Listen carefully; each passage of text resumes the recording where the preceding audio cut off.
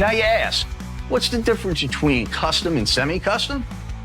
Custom is one-off, where they build a boat from a jig, where each hull could be tweaked, as so not every hull is the same. Where semi-custom boat building, we're starting out with a fiberglass component that are molded from a production mold.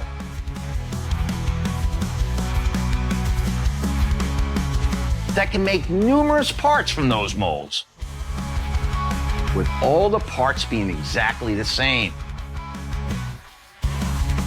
But from there, everything's custom built, from the structural stringer system, custom pipe and woodwork, to the care and craftsmanship finished assembly.